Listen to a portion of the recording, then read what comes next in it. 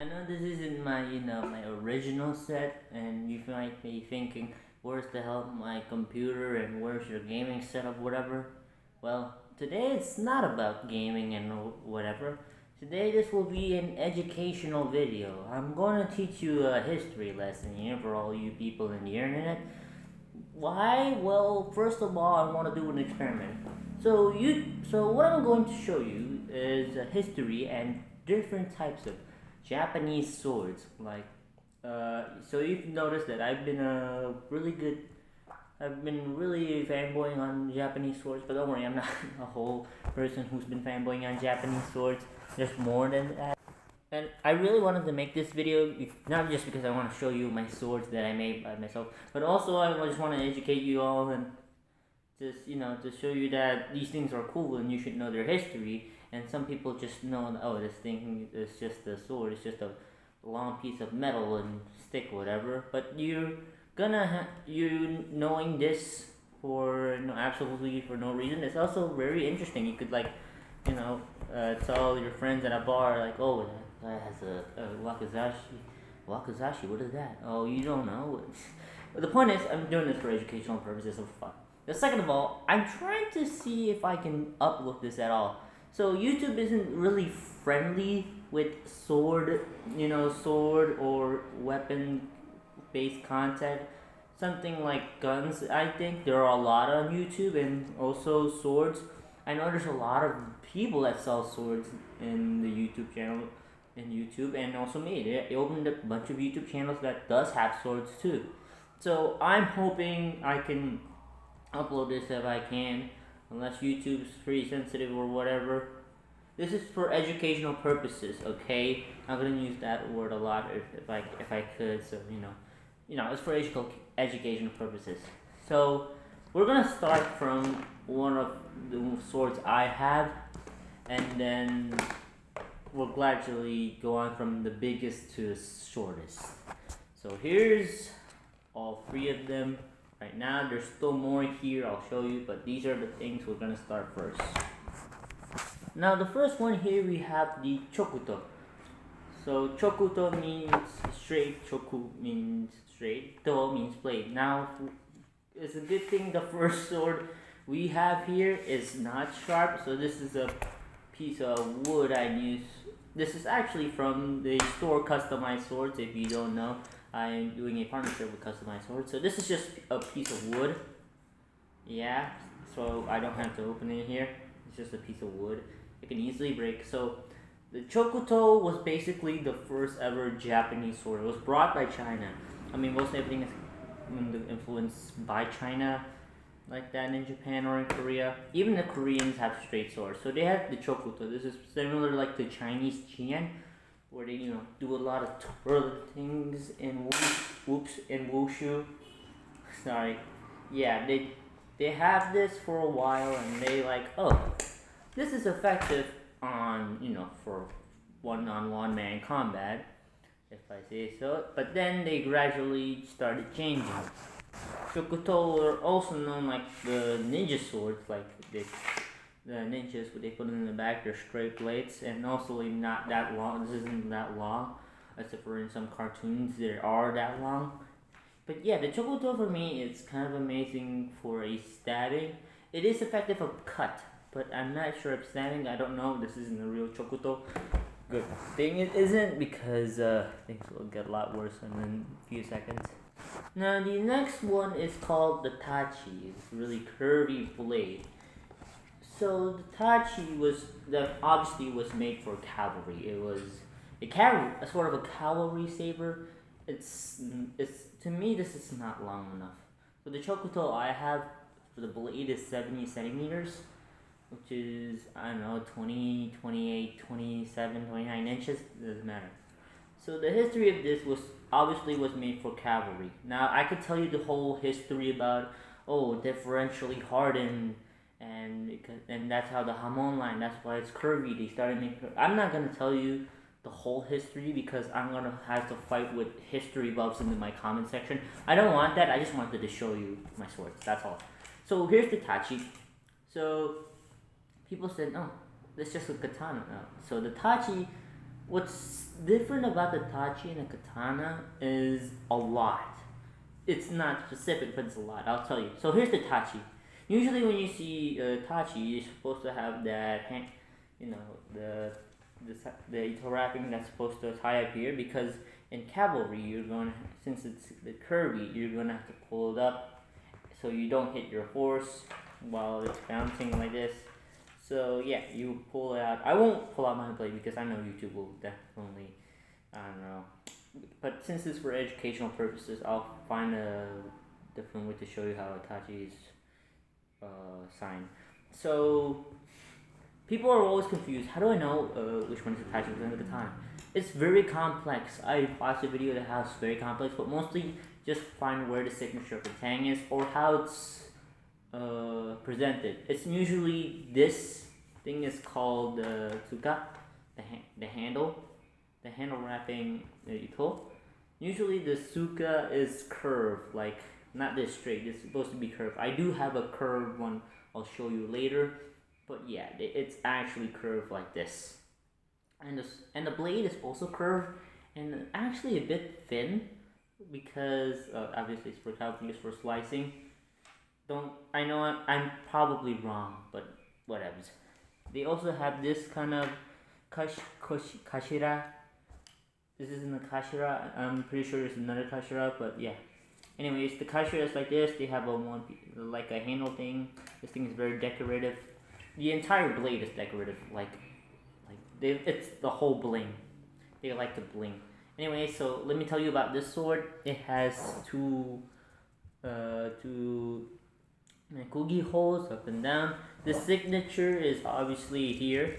So for those who don't know how to find a signature, is this. So a lot of people say, oh, the signature is like this. Well, it was facing this way. But when a katana is facing that way. That's not how usually think. I always say left and right. But how do we know which one is left or right? Well, for me, it's this. So first, you're gonna hold your katana like you're actually pointing at the person. If you're a practitioner, the blade is in the curved side. So this is left. This is right in my opinion. So this is left for katana signature, and right is for tachi. For tachi is the signature. So yeah, that's how I distinguish it, left and right. I know it's pretty weird and non-orthodox, but that's how I do it.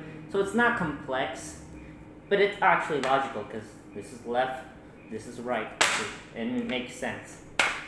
And more thing about, I know I don't have the hand thing, the thing you tie in your waist, but it's okay. So I want to show you some art of it because look, I can't show you it, but it looks pretty cool. I made some like hell theme right there, people falling from hell. If I could show it, but fortunately I don't have a good quality camera. And the Suba is usual and everything. I would like to take it off, but that would just waste more time. Now, whether there's a debate of when the katana appeared, spoilers, I was trying to katana, yeah, because of the tachi, was like they said, oh, it's so thin, it's so long, and it's too long, it's too curvy, it's too thin, it's flexible, it breaks easily whenever. It needs to be thicker and shorter because I want to fight, in groups. And since battlefield tactics changed the time when the Mongol invasion came, so bada bing bada boom, they invented the katana. So this is the katana. I wanted to make the Samurai Jack katana. I made it blue. I made it blue and white. It symbolizes, his heaven. When the blue for mostly the blue in the space and everything. Like blue means good and everything, and white for his gi or his doki. I won't show the blade as usual, but yeah, they had the yellow ray skin and the wrapping too. So yeah, there's the katana. It's actually really short if you guys looking at. So the tachi I have is actually 69, and I would admit it's too short for a tachi, but this is actually way shorter too. This is 64. Crazy, right? Yeah, it's 64. I won't show you the blade, but anyways, I will show you the Suba. The Suba is a lake theme because I like lakes. Yeah, Fuchi and a Kashira as usual. So this was basically the sword for all the way through the Edo period. I know there's the Nambokucho, there's also the type of curve, there's the type of groove, the type of we're not going to we're just going to the katana. The original katana is usually set with a wakizashi, which is called the daisho set. So yeah. Anyways, and as the usual, Sageo knot and simplicity is what I say. It's simple, and I've been using this for training as usual. It is really great, and since it's less curved than the katana and more thicker, I guess you could say it's a really good for chopping, or in Indonesia you call it tabas. Unlike the tachi was used for slicing, which is really great for slicing. Anyways, so we've done almost all of that. So I really love this katana I made. It's really, the balance in this thing is really beautiful, and I love the Hamon line I made. It don't worry, it's not a real one. It's just artificial, but you know what I mean. And since the Edo period, they're starting to disappear and start with the Meiji Restoration. We want militarization, which leads us to a few things. So the military, all the way to the World War II, people would like to revive the samurai culture and everything. We wish we could turn back time to the good old days. So they made the gunto. This one is specifically the Shin Gunto. Now this is actually one of my favorites. Not I should say favorites, but this is actually one of my stylish swords. Unlike that katana I have in, but the tachi is still good. The Chokuto is plain. So yeah, this is Type 98, or I say Type 98 Shin Gunto, because there's a Type 95 and Type 94 which has the thumb press where you can lock it and unlock it, you can open it, but it doesn't have this one. It's traditional. So yeah, and during Japan, they wanted to become we can turn back time to the good old days. So they made the tachi, which is basically like they made the gunto, which is basically like sort of a tachi. It's have the tachi fittings like this piece, this butt cap, Kashira butt cap in here, and the Kashira butt cap over here as well. But unlike the hangy thingy, on the belt waist, they have one which they would tie it vertically. So imagine this was your leg, and then they tie it here, so it wouldn't it wouldn't flop off. You can still put it like a katana like that. So it's sort of like a katana and a tachi, like a katana blade, but it's mixed fittings. Also, fun fact about it: some soldiers do have katanas in their house, but because the military, it does look good, but you're gonna have to put that in. You're gonna have to put that in military fittings because it's the military and all. So they did. They're starting to put their traditional swords in military fittings, so it could meet military standards. The military, am I right? Most of these have, instead of wooden scabbards, they have metal scabbards.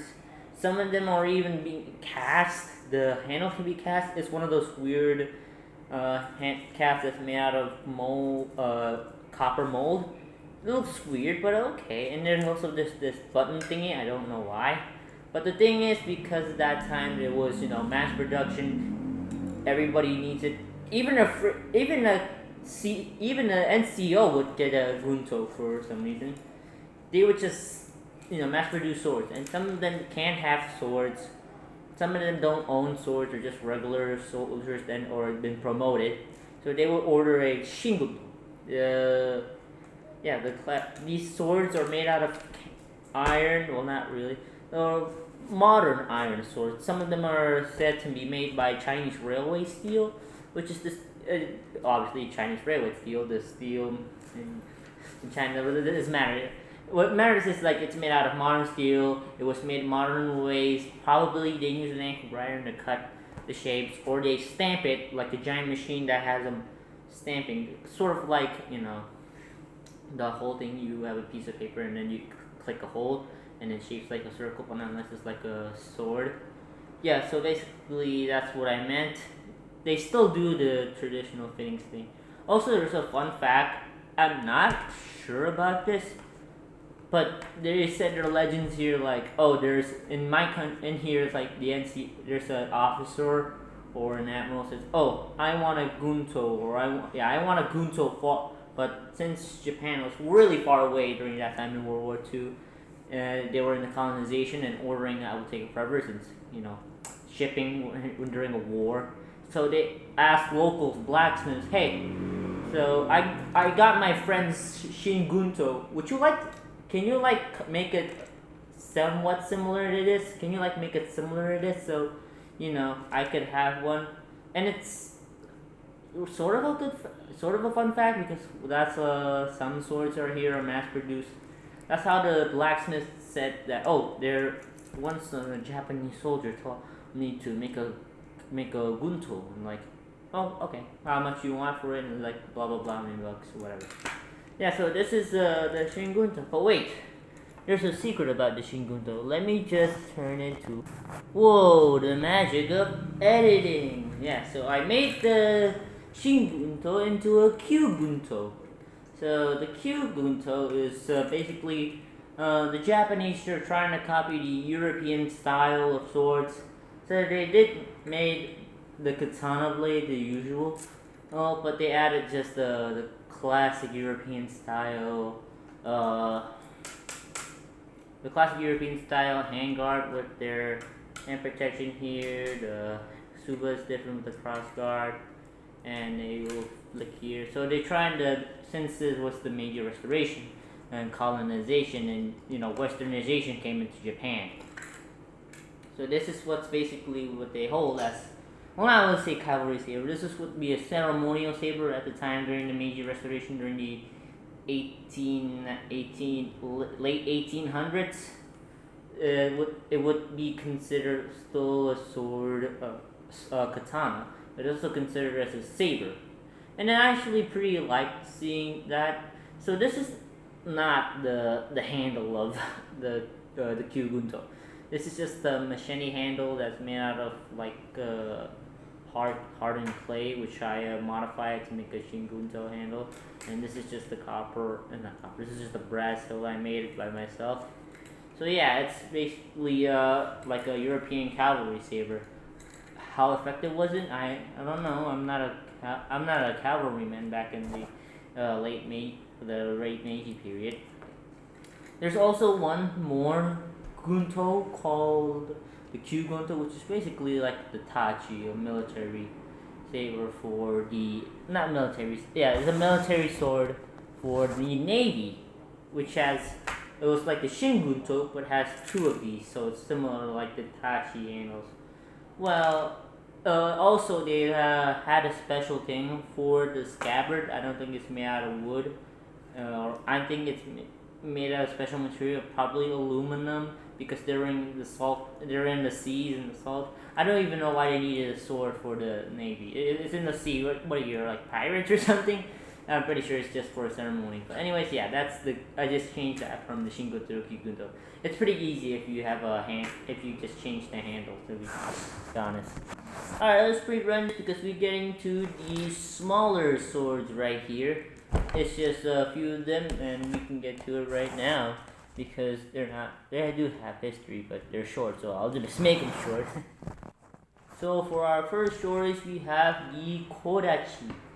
So this is the partner for the Tachi. The katana has the wakizashi, the Tachi has the Kodachi. It's a bit longer than the wakizashi as I remember, and it is curved. You can just see the curve, and it has the somewhat fittings of a Tachi. Not this one because I wasn't finished yet with the Tachi fittings, except for the Kashira that has the handle in the old style Ito wrapping. Yeah, so this was inserted inside like this, and the Tachi was like this. So I'm still confused about that. I don't know how, but yeah. So this is basically the balancer or the Tachi. It's also said to was the reason why they were making Kodachi was also for probably for like young kobushi or child samurais or future samurais, kids that will become samurais for training. I don't know if that's true, but that was pretty cool, I guess. So yeah, the handle is just regular wood. The same with everything. The blade. I haven't put in the Kugi hole yet because I haven't drilled yet. Finding a drilling place would be hard. But I also seen some photos of kamikaze pilots having a Kodachi or a Wakizashi. I think it was a Kodachi or Wakizashi that has a Tachi style Kashira. But anyways, yeah, that's basically what the Kodachi is. Oh yeah, by the way, Kodachi literally means small Tachi. That's it. You obviously know this was coming. The Wakizashi. This is similar to the same Samurai Jack katana. I have nothing to show this. This is basically the partner with the katana. You know Yamamoto Musashi, the sword style. But this is actually like your backup weapon for your backup weapon. So you have a spear, which is basically like your assault rifle. If you lose your spear, you have your pistol. That will be your katana. And if you lose your katana, somehow you have your wakizashi, which is for fighting at closer range. This is also used in fighting for close range inside a house because if you have a katana in your house, usually Japanese houses are really small. One time they would lift up their sword and they got stuck. So this was also used for close range fighting. This was also used for like a parry weapon. So with the katana, I could tell you, just like Miyamoto Musashi. There's nothing special to say this. It's just a black saya, classic black Ito wrapping with ray skin samigawa, yellow samigawa. The Suba is nothing special. It's just an oval shape, and I'm not even done with the Kashira or the Fuchi. Yeah, it's just a regular match. I'll make it better, I guess. Okay, we're getting close to the end here. We got the Tanto. I'm pretty sure you all know what the Tanto is. Well, not really for nothing. So this is so the wakizashi means small insertion or small insert. I don't know what the Tanto. Tanto literally means short blade. I guess it has one manuki. So this has no style. All I wrote here is just Tenaka Banzai in here. So it's down here. So the Tanto is used for obviously for close range fighting. So this is also used to get into armor gaps. Like if you wear armor, this is perfect like to get into gaps, cutting your marks and everything into I don't know, it's like or you can also use this as a kitchen knife. Yeah, so I think I can able to take off this and just show the tang because I haven't find a perfect Mikugi pin for this. It's starting to break. Yeah, so this is the tang. You see, it's a weird. I don't know what style of tang this is, but yeah, that's how you take it off. Usually, there's a whole lot of different ways to put the tang inside, but yeah, that's how you do it. So also the tanto was given to some kunoichi. If I noticed, I don't know kunoichi or even real, but yeah, tantos are also precious tools and precious heirlooms that were given to families because it's still considered a sword. Considered a battle weapon. It was used for close range. But also the most known thing for tanto is basically for seppuku and the process of haraki. For seppuku and doing the process of haraki, which is the traditional haraki suicide for samurai if they lost their honor or to regain their honor or whatever. The whole Japanese think of the honor thing. This was also used also in World War II, if I remember, by World War II officers that refused to give up. They would commit seppuku as well. I will continue to talk about it because this is YouTube and I'm scared of what he will do. Now you're probably thinking that we're all done here, but there's also one more I just made. It's called the Kaiken. I'm not going to show you what the Kaiken does. So basically you haven't built the blade yet, or the thingy, the Suba, or everything. So what the Kaiken is basically a chest sword or a buba sword. The Kaiken is mostly for women for self-defense. I know it's pretty small, right? I mean, they could have given a bigger weapon. Don't worry, they have the Naginatas. It's actually bigger. So the Kaiken was usually put into the chest, to their clothes or somewhere in their clothes in their pockets or anything. It was used to, like, if you're like, oh, I surrender, youngster, and then boom, strike him with the Kaiken. So this was given also as a gift for the ladies, or for samurai wives. Don't worry, I'm holding this in the edge, so do not hold this anywhere. Please be safety with blades. These things are not just weapons. There's also historical things about it. So that's what basically the Kaiken is, basically just a hidden dagger or something. So yeah, that's basically all my swords, all my Japanese blades I've made. I would like to show you one of my cavalry swords later, but that's for another video. So yeah, this has been a great video. I know this is off my content. I usually do gaming and commentary, whatever. But I really like doing this. I really wanted to show you show you and educate you about history and stuff, and to know what these things are. So yeah, that's basically it. Yeah.